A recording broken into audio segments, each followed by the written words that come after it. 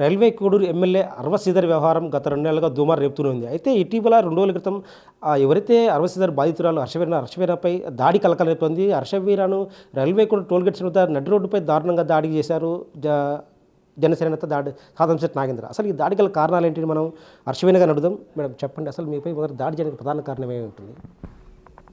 నాకు కూడా తెలియదండి, కారణం నాకు ఎవరు చెప్పలేదు. వచ్చి అమాంతం మా మీద దాడి చేయడం జరిగింది. కానీ నేనేమనుకుంటున్నానంటే, ఆ రోజు ఉదయం నేను ప్రజా దర్బార్కి వెళ్ళి ముఖరూపానంద రెడ్డి గారిని కలవడం జరిగింది. ఆ సాయంత్రం మాకు ఇలా జరిగినందుకు, నేను వెళ్ళినందుకే ఇలా మా మీద అకస్మాత్తుగా సడన్గా వచ్చేసి దాడి చేశారనేసి మేము అనుకుంటున్నాం. అంటే ఆ రోజు అసలు దాడికి ప్రధాన అక్కడ మీకు అదే ఘటనా స్థలానికి మీరు ఎందుకు వెళ్ళారు? అసలు అక్కడ వాళ్ళ తెలిసి వెళ్ళారా, లేదంటే మీరు యాదృచ్ఛికంగా అక్కడికి వెళ్ళారా? మాకు ఎమ్మెల్యే ప్రోగ్రామ్స్ ఎలా తెలుస్తాయండి? శ్రీధర్ నాతో మాట్లాడుతూ ఉంటే నాకు ఎమ్మెల్యే ప్రోగ్రామ్స్ తెలుసు. ఇవి వాళ్ళు ఎక్కడున్నారు, ఎప్పుడు వస్తారు అనేది మాకేం తెలీదు. మేము అప్పుడే ఒంటిమిట్ట నుంచి వచ్చి మా ఇంట్లో వాళ్ళు తినడానికి ఏమైనా కావాలి అని చెప్పేసి అడిగితే మేము అలా అన్నీ తీసుకొద్దామని చెప్పేసి మేము టోల్గేట్ దగ్గర ఆగున్నాము. ఫ్లవర్స్ కొనడానికి అక్కడే ఆగున్నాం అనమాట. వాళ్ళు 5 మినిట్స్లో, మేము వెళ్ళిన 5 మినిట్స్కి వచ్చేసారు. వచ్చేసి వాళ్ళ ప్రోగ్రామ్ ఏదో చేసుకుంటున్నారేమో అనేసి మేము అనుకున్నాము. బస్ షెల్టర్ లోపలికి వెళ్ళారనమాట ఒక 5-6 మెంబర్స్. వాళ్ళ ప్రోగ్రామ్ ఏదైనా ఉంది అనేసి మేము అనుకున్నాము. ఆల్ ఆఫ్ సడన్గా వచ్చేసి ఈ అబ్బాయి మీద దాడి చేయడం జరిగింది. ఏ ఊరు అనేది, ఇక్కడికి ఎందుకు వచ్చావు, వెళ్ళిపో, నువ్వు వెళ్ళిపోయేంత వరకు మేము వదలము అని చెప్పేసి ఈ అబ్బాయి మీద దాడి చేయడం జరిగిందండి. ఘటనా స్థలంలో అక్కడ అరవ శ్రీధర్ ఉన్నాడని మీకు విషయం తెలుసా? తెలుసు, నేను శ్రీధర్ని చూశాను.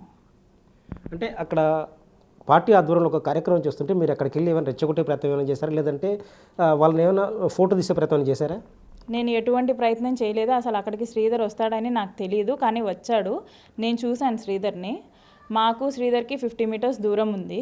నేను ఎటువంటి ఫొటోస్ కానీ వీడియోస్ కానీ తీయాలని నేను అనుకోలేదు. వాళ్ళ పార్టీ ప్రోగ్రామ్ ఏదో చేసుకుంటున్నారు అనేసి నేను చూడటం అయితే చూశాను. శ్రీధర్ని ఇలా తొంగి అయితే చూశాను.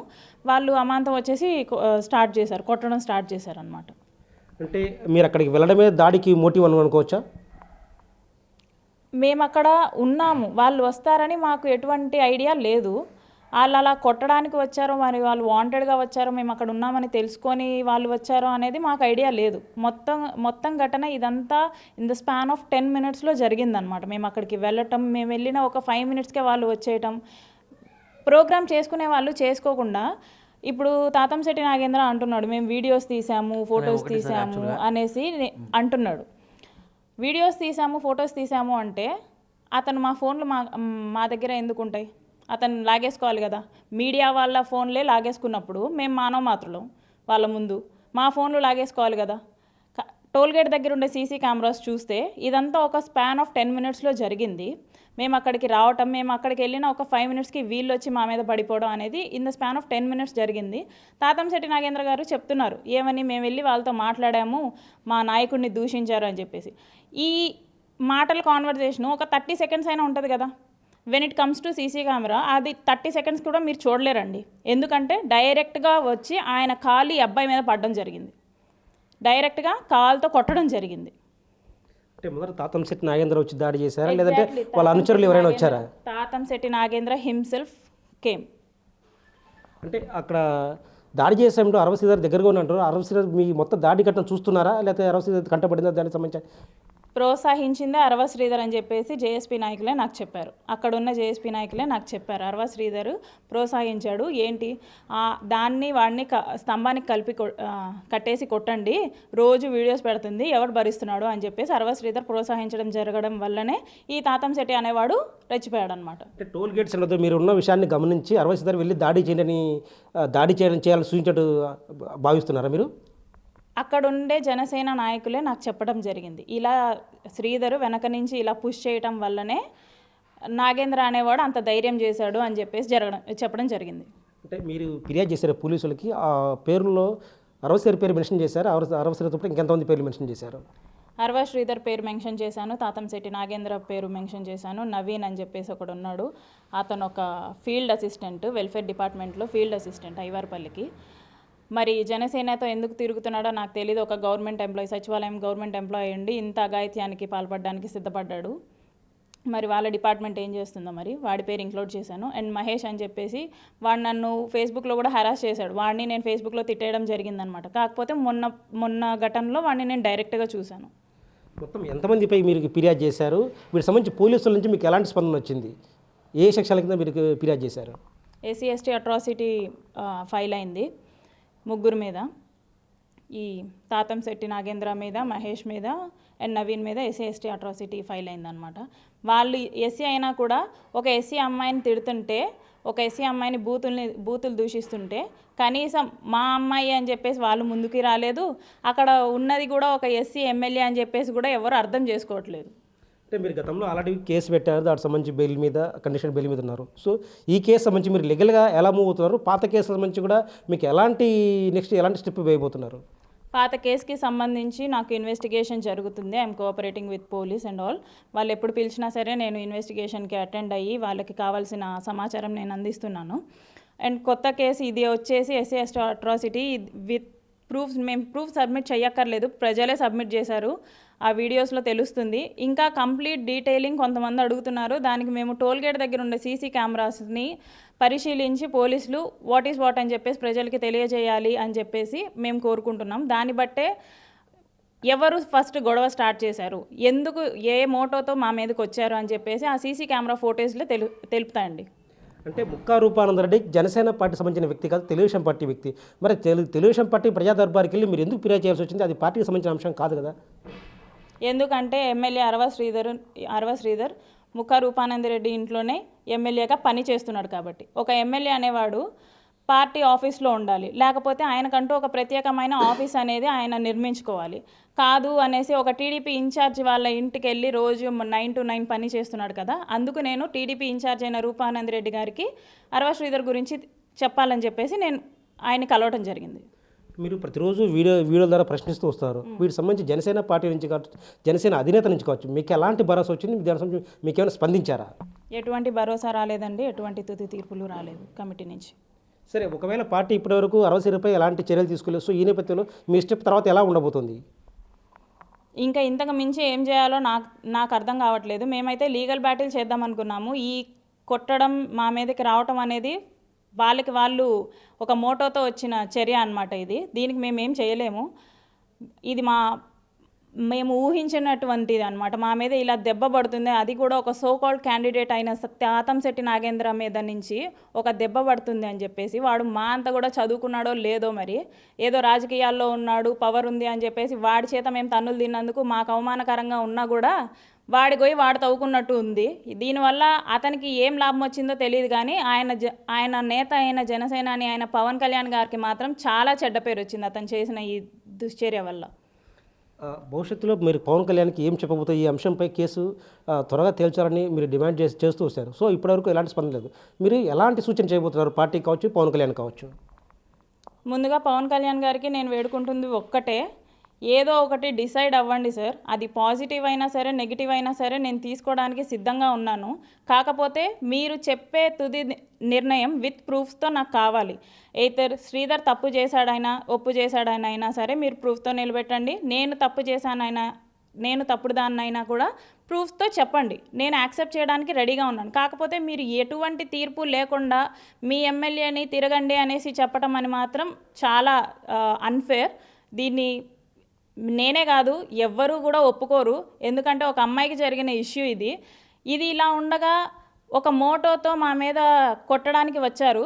ఇది పార్టీకి సంబంధం లేదు అనుకుంటూనే పార్టీ వాళ్ళని ఇన్వాల్వ్ చేశారు. పార్టీ వాళ్ళే వచ్చి మమ్మల్ని కొట్టడం జరిగింది. ఇది ఆబ్వియస్లీ పార్టీకి సంబంధం అని చెప్పేసి మీరు చెప్పగానే చెప్పారు. ఇది మేము ఇంతటితో వదలం సార్. మేమేదో కొట్టించుకున్నామని చెప్పేసి మూలను కూర్చునే రకాలం అయితే కాదు. ఖచ్చితంగా బయటికి వచ్చి వాట్ ఈజ్ వాట్ అని చెప్పేసి మాకు వాళ్ళు ఆన్సర్ చెప్పాలి. మీరు కూడా ఆన్సర్ చెప్పాలండి పవన్ కళ్యాణ్ గారు. నేను దీన్ని స్ట్రాంగ్గా క్వశ్చన్ చేస్తున్నాను. మీపై జరిగిన దాడిని ఖండిస్తూ వైఎస్ఆర్ కాంగ్రెస్ పార్టీ ఆధ్వర్యంలో నిన్న పోలీసులు ఫిర్యాదు చేశారు స్థానిక మాజీ ఎమ్మెల్యే. అంటే మీ వెనక వైఎస్ఆర్ కాంగ్రెస్ పార్టీ ఉందని అనుకోవచ్చా? ఒక అమ్మాయికి న్యాయం చేయడానికి అధికార పక్షం అయితే ఏంటి, ప్రతిపక్షం అయితే ఏంటండి? వాళ్ళ అవతల వాళ్ళు మానవత్వం కలిగిన మనుషులైతే చాలు. అది ముఖ్యమంత్రి గారు కానివ్వండి, ఉప ముఖ్యమంత్రి గారు కానివ్వండి, మాజీ ఎమ్మెల్యే గారు కానివ్వండి, ఎవరైనా కానివ్వండి. If they are willing to help me, I'm warmly welcome. నాకెవ్వరు హెల్ప్ చేయడానికి వచ్చినా, నా న్యాయ పోరాటంలో ఎవరు నాకు తోడు ఉన్నా సరే ఐ విల్ వార్మ్లీ వెల్కమ్. అంటే అరవ శ్రీధర్ ఇప్పటికీ పార్టీ కార్యక్రమంలో పాల్గొంటున్నాడు కంటిన్యూస్గా. అయితే పార్టీ నుంచి ఎలాంటి నివేదిక రాలేదు. సో పార్టీకి సంబంధించి ఏదైతే త్రిసభ్య కమిటీ ఉందో, త్రిసభ్య కమిటీ మీరు ఏం డిమాండ్ చేస్తారు? నివేదిక ఇవ్వమని డిమాండ్ చేస్తున్నానండి. వాట్ ఈస్ వాట్ అనేది మీరు తేల్చి ఒక నివేదిక మాకు సమర్పిస్తే దానివల్ల మేము చూసుకుంటాం కదా. మీరు ఇచ్చిన నివేదిక కరెక్టా కాదా అనేది మేము ఫర్దర్గా లీగల్గా బ్యాటిల్ చేస్తాం. మీరు అసలు నివేదికనే ఇవ్వకుండా వాడు కూడా శ్రీధర్ అనే వాడు కూడా సిగ్గొదిలేసి తిరుగుతుంటే మనం ఏం చేస్తాం చెప్పండి. మనం క్వశ్చన్ చేయడం తప్ప డిమాండ్ చేయలేం కదా గవర్నమెంట్ని. ఇలా మా తప్పు లేదండి, మీ తప్పు కూడా లేకపోతే ఒక నివేదిక అనేది సమర్పించండి ప్రజలకి.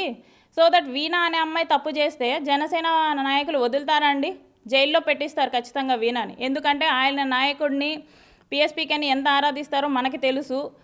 అలాంటిది ఆయన్నే అవమానపరచడానికి చూసిందని చెప్పేసి నన్ను జైల్లో పెట్టించరా? అలాంటిది ఎటువంటి నివేదిక ఇవ్వలేదు అంటే ఇక మీరే ఆలోచించుకోండి. ఇది త్రిసభ్య కమిటీ విచారణ చేపట్టింది. త్రిసభ్య కమిటీ ఒక సభ్యుడు కూడా చెప్పారు, ఇదంతా మొత్తం హనీ ట్రాప్, కేవలం ట్రాప్ చేసింది ఒక అంటూ కూడా వైఎస్ఆర్ కాంగ్రెస్ పార్టీ కొన్ని ఆరోపణలు చేశారు. సో ఈ నేపథ్యంలోనే అరవ శ్రీధర్ పార్టీ కార్యక్రమంలో తన అసెంబ్లీ సమావేశాలప్పుడు చెప్పాడు, తను ముఖం చెల్లగా రాలేదు కానీ మేము రావద్దని చెప్పలేదు అంటున్నారు. అంటే ఒకవైపు కమిటీ ఆదేశించారు, మరోవైపు తను రావచ్చని చెప్తున్నారు. అంటే ఇక్కడ త్రిసభ్య పార్టీకి సంబంధించి కూడా ఎలాంటి ప్రకటన రాలేదు కాబట్టి సో తన పార్టీ కార్యక్రమంలో పాల్గొంటారని చెప్పొచ్చా? అది ఎలా కుదురుతుందండి? వాళ్ళు ఇచ్చిన లేఖలో ఏమని స్పష్టంగా వివరించారు చెప్పండి. ఇది ఒక తుది తీర్పు రాకముందు వచ్చేంత వరకు అరవ శ్రీధర్ అనే అతను పార్టీ కార్యక్రమాల్లో పాల్గొనకూడదు అనేసి అక్కడ క్లియర్ కట్గా మనకు ఒక లెటర్ని రిలీజ్ చేశారు. కమిటీ వచ్చింది, ఎంక్వైరీ చేసింది, తుది తీర్పు గురించి మేము వెయిట్ చేస్తున్నాము. ఇంతలో ఈయన నేను తిరుగుతాను, నేను పార్టీ కండువా వేసుకుంటాను, పార్టీ ఆఫీస్లో వెళ్ళి కూర్చుంటాను అంటే నేను ఎందుకు ఒప్పుకుంటాను? I do have only one way. నేను కమిటీనే నమ్ముకొని ఉన్నాను, జనసేన అని ఆయన పవన్ కళ్యాణ్ గారినే నమ్ముకొని ఉన్నాను. I have only the way to question Sridhar. నా కమిటీ అనేది only way.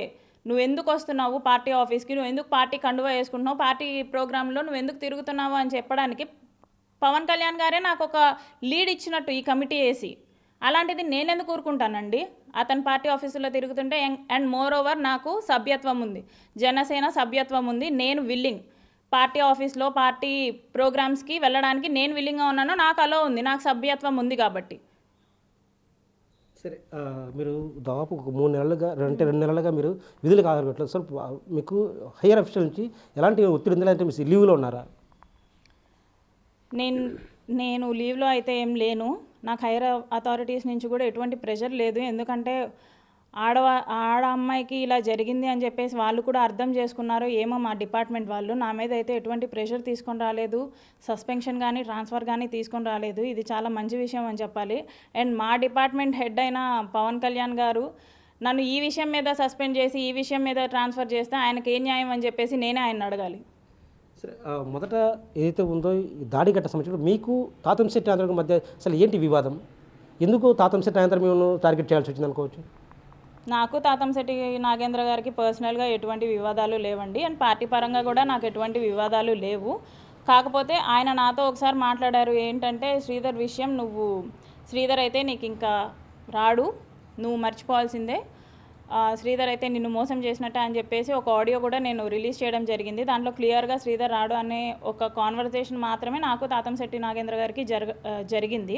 Apart from that నాకు ఆయనకి వైరం ఏం లేదండి. ఇది ఆయన అంతటా ఆయన వచ్చి మా మీద ఇలా కొట్టడం జరిగింది. ఇది ఆయన్నే అడగాలి, మీరు ఎందుకు కొట్టారండి, మీరు ఒక కారణమైనా చెప్పకుండా ఎందుకు కొట్టారు అనేసి. అక్కడ ఆయన అంటున్నారు మేమేదో వీడియోలు తీసాము ఎక్సెట్రా ఎక్సెట్రా అని చెప్పేసి.